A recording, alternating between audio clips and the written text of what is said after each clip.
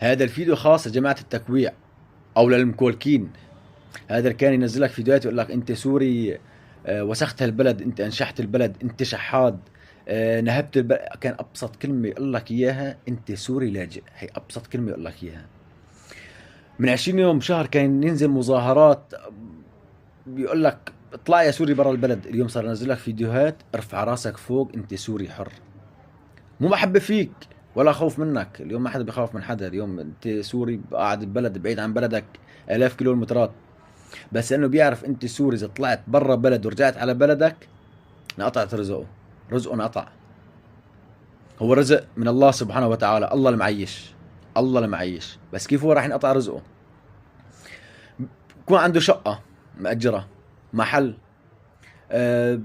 بكون عنده شركة، صاحب شركة، بكون عنده شركة اغلب عماله سوريين، بكون متعهد اغلب عماله سوريين.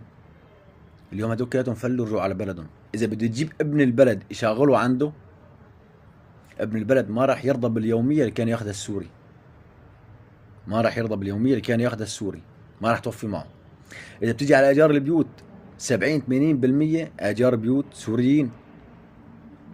70 80% ايجار بيوت سوريين، ان كان في مصر، الاردن، العراق، تحية لاخوتنا العراقية، لبنان، تركيا.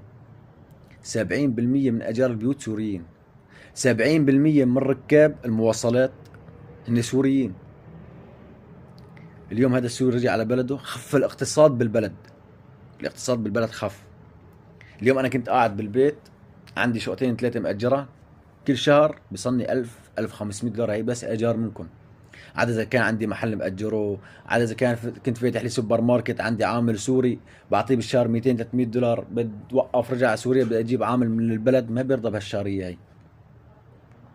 انا كتير يوتيوبريه تيك توكريه بعرفهم، ما بعرف انه بشوف لهم فيديوهات، كانوا ما ينزلوا فيديوهات الا انت، الا فيديوهات حقاره على السوري. صرت افوت على فيديوهاتهم، بدي اشوف الفيديوهات كانوا ينزلوها علينا نحن اولي، ما الاقيها بقى، حذفوها حطوها خاص الله اعلم. هلا صار شو ينزل لك فيديوهات. هلا صار لما يشوفك بالشارع شو يقول لك؟ يقول لك انت سوري يا اخوي، انت وردة هالبلد هاد، انت وردة البلد. محبة فيك؟ لا والله مو محبة، لا اقسم بالله مو محبة.